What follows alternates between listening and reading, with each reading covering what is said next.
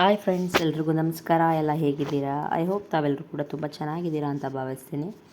Welcome back to my channel.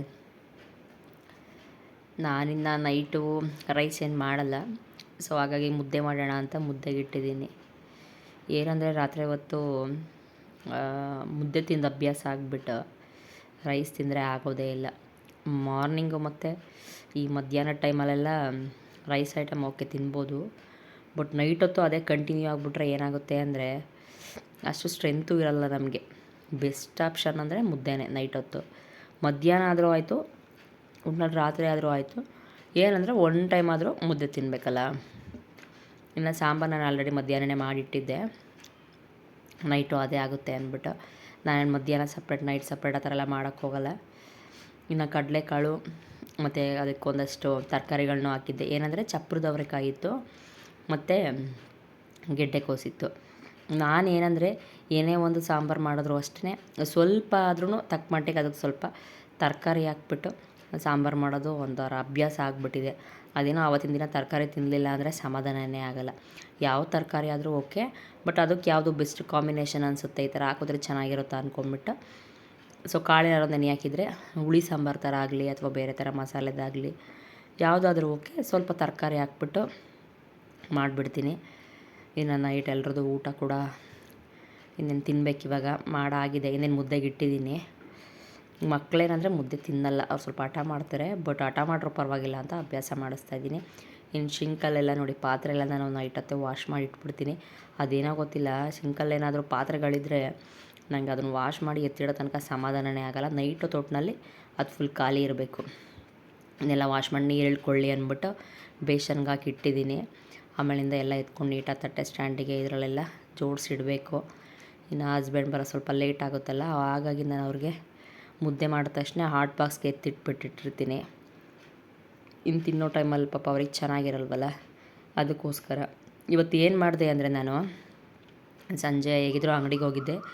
ಅದೇನೋ ಗೊತ್ತಿಲ್ಲ, gastric issue ಥರ ಆಗ್ಬಿಟ್ಟಿದೆಯೋ ಏನೋ ಗೊತ್ತಿಲ್ಲ, ಜಾಸ್ತಿ ನನಗೆ ಗಂಟ್ಲ ಹತ್ರ ಎಲ್ಲ ಉರಿ ಬರೋದು ಅಥವಾ ಉಳಿತೆಗಾಗ ಸ್ಟಾರ್ಟ್ ಆಗಿಬಿಟ್ಟಿದೆ.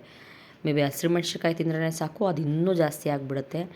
ಅದಕ್ಕಾಗಿ ಸ್ವಲ್ಪ ದಿನ 1 ವೀಕು ಹಸಿರುಮೆಣ್ಸಿಕಾಯಿ ಯೂಸ್ ಮಾಡೋದೇ ಬೇಡ ಅಂದ್ಬಿಟ್ಟು ನಾನು ಒಣಮೆಣ್ಸಿಕಾಯಿ ತಂದುಬಿಟ್ಟಿದ್ದೀನಿ. ಈ ಚಿತ್ರಾನ್ನ, ಪುಳಿಯೋಗರೆ, ಉಪ್ಪಿಟ್ಟು ಏನು ಮಾಡಿದ್ರು ಇನ್ಮೇಲೆ ಒಗ್ಗರಣೆಗೆ ಆದಷ್ಟು ಒಣಮೆಣ್ಸಿಕಾಯಿನೇ ಯೂಸ್ ಮಾಡೋಣ ಅಂತ ಇದನ್ನೇ ತಗೊಬಂದೆ. ಚೆನ್ನಾಗಿದೆ ಒಟ್ಟಿನಲ್ಲಿ. ಏನಂದರೆ ಈ ಬಾಸ್ಕ್ ಹಾಕಿದೆ, ಇನ್ನೂ ಸ್ವಲ್ಪ ಜಾಸ್ತಿ ಆಯಿತು. 1/4 kg ಜಾಸ್ತಿ ಬರುತ್ತಂತಲೇ ನನಗೆ ಗೊತ್ತಿರಲಿಲ್ಲ. ನಾನು ಕಡಿಮೆ ಅಂದ್ಕೊಂಡು ನೋಡಿದ್ರೆ ಅವ್ರು ಕವರ್ ತುಂಬ 1/4 kg ಜಾಸ್ತಿನೇ ಕೊಟ್ಟರು. ಅದಲ್ಲದೆ ಪುಟ್ಟು ಒಂಥರ ಚುರುಕು ಮೆಣ್ಸಿಕಾಯಿ ಅಂತ ಕಾಣಿಸುತ್ತೆ, ಸ್ವಲ್ಪ ಸ್ಪೈಸಿಯಾಗೇ ಇರುತ್ತೆ. ಹಾಗಾಗಿ ಇದನ್ನೇ ತೊಗೊಂಡು ಬಂದೆ ನಾನು. ಏನಂದರೆ ನಾವು ಊಟಕ್ಕೆ ಸ್ವಲ್ಪ ಖಾರನೇ ಇರಬೇಕು. ಈ ಖಾರ ಕಡಿಮೆ ಇದ್ರಂತೂ ನಮಗೆ ಊಟ ಮಾಡೋದ್ವಿ ಅಂತಲೇ ಅನಿಸೋದಿಲ್ಲ. ನಾನು ಏನೇ ಮಾಡಲಿ ಸ್ವಲ್ಪ ಖಾರ ಜಾಸ್ತಿ ಹಾಕ್ಬಿಟ್ಟೆ ಮಾಡ್ತೀನಿ. ಮಕ್ಳಿಗೂ ಅಭ್ಯಾಸ ಆಗಿದೆ, ತಿಂತಾರೆ ಪರವಾಗಿಲ್ಲ. ಮಗ ಸ್ವಲ್ಪ ಹಠ ಮಾಡ್ತಾನೆ, ಬಟ್ ಮಗಳಿಗೆ ರೂಢಿಯಾಗಿದೆ. ಇನ್ನು ಮಿಕ್ಕಿದ್ದೆಲ್ಲ ಬೇರೆ ಬಾಕ್ಸ್ಗೆ ಎತ್ತಿಡ್ಕೊಬೇಕು. ಒಂದು ಬಾಕ್ಸಲ್ಲೇ ಆಗಲಿಲ್ಲ. ಅದಲ್ದಲೇ ಇವಾಗ ಬೇಸಿಗೆಗಾಲ ಅಲ್ವಾ, ಬಿಸಿಲಿಗೆಲ್ಲ ಚೆನ್ನಾಗಿ ಒಣಗಿತ್ತು ಅನಿಸುತ್ತೆ, ಹೆವಿ ಕ್ರಿಸ್ಪಿ ಥರ ಆಗಿಬಿಟ್ಟಿತ್ತು. ಇನ್ನು ಎತ್ತಿ ಬೇರೆ ಬಾಕ್ಸ್ಗೆ ಇಡಬೇಕು. ಇನ್ನೊಂದೇನಾಯ್ತು ಅಂದರೆ, ನಾನು ಶಿವರಾತ್ರಿಗೆ ತಂಬಿಟ್ಟು ಮಾಡೋಣ ಅಂದ್ಕೊಂಡಿದ್ದೆ. ಹೇಳ್ದಾಗೆ ಈ ಸಲ ಹಬ್ಬ ಮಾಡಲಿಲ್ವಲ್ಲ, ಸೊ ಮೈಂಡಲ್ಲಿ 1 ವೀಕಿಂದ ಹಾಗೇ ಇತ್ತು, ಅಯ್ಯೋ ತಂಬಿಟ್ಟೇನೋ ಮಾಡಿಲ್ಲ ಏನಂತ. ಅದಲ್ಲದೆ ನನ್ನ ಮಗನಿಗಿದು ತುಂಬ ಇಷ್ಟ, ಮಾಡಿಕೊಟ್ರೆ ಅವನು ಇಷ್ಟಪಟ್ಟು ತಿಂತಾನೆ. ಅದಲ್ದಲೇ ನಾವು ಇದಕ್ಕೇನು 1% ಅಷ್ಟು ಆಯಿಲ್ ಹಾಕಲ್ಲ.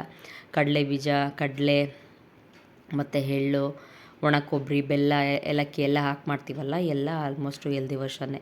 ತುಂಬ ಹೆಲ್ದಿಯಾಗಿ ಚೆನ್ನಾಗೇ ಇರುತ್ತೆ. ಮಕ್ಳಿಗೂ ಅಷ್ಟೇ, ಪಾಪು ಅಷ್ಟು ಇಷ್ಟಪಡಲ್ಲ, ಮಗ ಇಷ್ಟಪಟ್ಟು ತಿಂತಾನೆ. ಹಾಗಾಗಿ ಸ್ವಲ್ಪ ಮಟ್ಟಿಗೆ ಮಾತ್ರ ಮಾಡಿಟ್ಟಿದ್ದೆ. ಇನ್ನು ಇವತ್ತಂತೂ ಬಟ್ಟೆಗಳ ರಾಶಿನೇ ಇತ್ತು, ಎಲ್ಲ ವಾಶ್ ಮಾಡೋಣ ಅಂದ್ಬಿಟ್ಟು 1 ರೌಂಡೇನೋ ವಾಷಿಂಗ್ ಮಿಷಿನ್ಗೆ ಹಾಕಿಟ್ಟಿದ್ದೀನಿ. ಇನ್ನು ಮಿಕ್ಕಿದೆಲ್ಲ ಕಲ್ಲರ್ ಹೋಗೋ ಬಟ್ಟೆಗಳು ಜಾಸ್ತಿ ಇದ್ವು. ಸೊ ಇದು ವಾಷಿಂಗ್ ಮಿಷಿನ್ಗೆ ಹಾಕ್ಬಿಟ್ರೆ ಎಲ್ಲ ಬಟ್ಟೆಗಳಿಗೂ ಸ್ಪ್ರೆಡ್ ಆಗಿಬಿಡುತ್ತೆ. ಅದಕ್ಕೋಸ್ಕರ ಮಕ್ಕಳದ್ದು ಶೂವು ಮತ್ತು ನಮ್ಮ ಹಸ್ಬೆಂಡ್ದು ಆಫೀಸಿಗೆ ತೊಗೊಂಡೋಗೋದು ಬ್ಯಾಗು, ಈ ಕಲ್ಲರ್ ಬಟ್ಟೆಗಳು ಸುಮಾರಿದ್ವು. ಆ ಬಕೆಟಲ್ಲೋ ಬಟ್ಟೆಗಳಿದೆ, ಎಲ್ಲ ನೆನೆಸ್ಬಿಟ್ಟು ಒಂದೊಂದೇ ಎಲ್ಲ ವಾಶ್ ಮಾಡಿಡ್ತಾ ಇದ್ದೆ. ಏನಂದರೆ ವಾಷಿಂಗ್ ಮಿಷಿನ್ ಇದ್ರೂ ಈ ಕೈಯಲ್ಲಿ ಬಟ್ಟೆ ಒಗೆಯೋದಂತೂ ತಪ್ಪೋದೇ ಇಲ್ಲ. ಮ್ಯಾಟ್ ಆಗಲಿ ಅಥವಾ ಅಡುಗೆ ಮನೆಗೆ ಯೂಸ್ ಮಾಡೋ ಈ ಬಟ್ಟೆಗಳು, ಕಲರ್ ಹೋಗೋ ಬಟ್ಟೆಗಳು, ಇವೆಲ್ಲ ಅದರಲ್ಲೇ ಕೆಲವೊಂದು ಅಷ್ಟು ಹೊಸ ಬಟ್ಟೆಗಳನ್ನೂ ಅಷ್ಟೇ ಕೈಯಲ್ಲೇ ವಾಶ್ ಮಾಡಬೇಕು. ಇನ್ನು ಹಸ್ಬೆಂಡ್ ಆಫೀಸ್ಗೆ ಹಾಕ್ಕೊಂಡೋಗೋದು ಬಟ್ಟೆಗಳು ಬೇರೆ ಇದೆ, ಇದು 1 ರೌಂಡ್ ಸಪ್ರೇಟಾಗಿ ಹಾಕಬೇಕು. ಏನಂದರೆ ಅವ್ರದ್ದು ಯೂನಿಫಾರ್ಮ್ಸ್ ಎಲ್ಲ ಇದೆ. ಇವಾಗ ಕಲ್ಲರ್ ಏನಾದರೂ ಬೇರೆ ಬಟ್ಟೆಗಳ ಜೊತೆ ಹಾಕ್ಬಿಟ್ರೆ ಭಯ, ಕೆಲವೊಂದು ಟೈಮ್ ಗೊತ್ತಿಲ್ದಂಗೆ ಕಲರ್ ಬಿಟ್ಬಿಡುತ್ತೆ. ನಾನೇನು ಮಾಡ್ತೀನಿ, ಪ್ರತಿ ಸಲನೂ ಅವ್ರದ್ದು ಸಪ್ರೇಟಾಗಿ ಹಾಕಿ ವಾಶ್ ಮಾಡೋಕೆ ಇಟ್ಬಿಡ್ತೀನಿ. ಇಲ್ಲಾಂದರೆ ಶರ್ಟ್ ಎಲ್ಲ ಸ್ವಲ್ಪ ಲೈಟ್ ಕಲರ್ ಇರುತ್ತೆ ಅಲ್ವಾ, ಎಲ್ಲದಕ್ಕೂ ಸ್ಪ್ರೆಡ್ ಆಗಿಬಿಡುತ್ತೆ ಅಂದ್ಬಿಟ್ಟು ಅವ್ರು ಸಪ್ರೇಟಾಗಿ ಹಾಕಬೇಕು. ಇನ್ನು ಮಿಕ್ಕಿದ ಬಟ್ಟೆಗಳೆಲ್ಲ ನೋಡಿ ಆಲ್ಮೋಸ್ಟು ನಾನು 4 to 5 ಡೇಸಿಂದ ಕಂಟಿನ್ಯೂಯಸ್ 2 ರೌಂಡ್ ವಾಶ್ ಮಾಡೋದೇ ಆಗಿಬಿಟ್ಟಿದೆ. ಎಲ್ಲ ವಾಶ್ ಮಾಡಿ ಎತ್ತಿಟ್ಟಿದ್ದೆ. ಇನ್ನು ಮಿಕ್ಕಿದೆಲ್ಲ ಮಡಚ್ಬಿಟ್ಟು ಜೋಡಿಸ್ಬೇಕು. ಇದನ್ನ ಜೋಡಿದ ತಕ್ಷಣ ಮತ್ತೆ ಸಂಜೆ ಹೊತ್ತಿಗೆ 2 ರೌಂಡ್ ಹಾಕಿರ್ತೀನಿ, ಅದು ಒಣಗಿರುತ್ತೆ, ಅದನ್ನು ಮಡಚಬೇಕು. ಬರೀ ಇದೇ ಕೆಲಸ ಆಗಿದೆ 1 ವೀಕಿಂದ. ಎಷ್ಟು ಬಟ್ಟೆಗಳು ಜೋಡಿಸಿದ್ರು ಸಾಲಲ್ಲ. ಹಾಗಾಗಿ ಈ ಬಟ್ಟೆಗಳ ಜೊತೆ ಸ್ವಲ್ಪ ಕಬೋರ್ಡೆಲ್ಲ ನೀಟಾಗಿ ಎತ್ಬಿಟ್ಟು ಅಲ್ಲೂ ಅಷ್ಟೇ ಆ ಬಟ್ಟೆಗಳನ್ನೆಲ್ಲ ತೆಗೆದು ನೀಟಾಗಿ ಮಡಚಿಡೋಣ ಅಂತ ತೆಗೆದಿಡ್ತಾ ಇದ್ದೀನಿ. ನಮ್ಮಲ್ಲೇನೆಂದರೆ ಎಷ್ಟು ಬಟ್ಟೆ ಜೋಡಿಸಿದ್ರು ಮಕ್ಕಳಂತೂ ಅರ್ವದಂತೂ ತಪ್ಪೋದಿಲ್ಲ. ಇನ್ನೊಂದೇನು ಪ್ರಾಬ್ಲಮ್ ಆಯ್ತಂದರೆ, ಇದು ಬಂದಿದ್ದು ಹಿಂದಿನ ವ್ಲಾಗು ನಾನು ಮಾಡಿದ್ದು. ಬಟ್ ಮಾರ್ನಿಂಗೆಲ್ಲ ಬಟ್ಟೆ ವಾಶ್ ಮಾಡೋದಂತ ಎಲ್ಲ ಎತ್ತಿಟ್ಟಿದೆ ಅಲ್ವಾ, ನೋಡಿದ್ರೆ ಇದ್ಕಿದಂಗೆ ನೀರು ಬರೋದೇ ಸ್ಟಾಪ್ ಆಯಿತು. ಅರ್ಧಂಬರ್ಧಂ ವಾಶ್ ಆಗಿಬಿಟ್ಟು ವಾಷಿಂಗ್ ಮಿಷಿನಲ್ಲಿ ಹಂಗೆ ಕೂತ್ಕೊಂಡ್ಬಿಡ್ತು. ನೋಡಿದ್ರೆ ಮೋಟ್ರ್ ಆಫ್ ಆಗಿತ್ತು. ಅದು ಏನು ಪ್ರಾಬ್ಲಮ್ ಆಗಿತ್ತೋ ಏನೋ ಗೊತ್ತಿಲ್ಲ, ನೀರಿದೆ ಬಟ್ ಮೋಟ್ರಿಂದ ಅದು ವಾಟರ್ ಸಪ್ಲೈ ಆಗ್ತಾಯಿಲ್ಲ. ಅದಕ್ಕೋಸ್ಕರ ಇಡೀ ದಿನ ನೆನ್ನೆ ಅಂತೂ ನೀರೇ ಬರಲಿಲ್ಲ, ಯಾವ ಕೆಲಸಗಳು ಆಗಲಿಲ್ಲ. ಮತ್ತೆ ಅದನ್ನು ಕಂಟಿನ್ಯೂ ಮಾಡ್ಕೊಂಡು ಮಾರನೇ ದಿವಸ ಎಲ್ಲ ವಾಶ್ ಮಾಡಿದ್ದಾಗೋಯ್ತು. ಹ್ಯಾಂಡ್ ವಾಶ್ ಮಾಡೋದೆಲ್ಲ ಮಾಡಾಕ್ಬಿಟ್ಟೆ, ಬಟ್ ವಾಷಿಂಗ್ ಮಿಷಿನ್ ಹಾಗೇ ಇತ್ತು.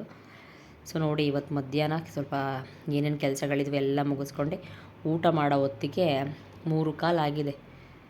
ಸರಿ ಅಂತ ಇವಾಗ ಊಟ ಕೂತ್ಕೊಂಡಿದ್ದೆ. ಪಾಪುದು ಇನ್ನೂ ಸ್ನಾನ ಆಗಿಲ್ಲ, ಪಾಪು ನಿದ್ದೆ ಮಾಡ್ತಾಯಿದ್ದಾಳೆ.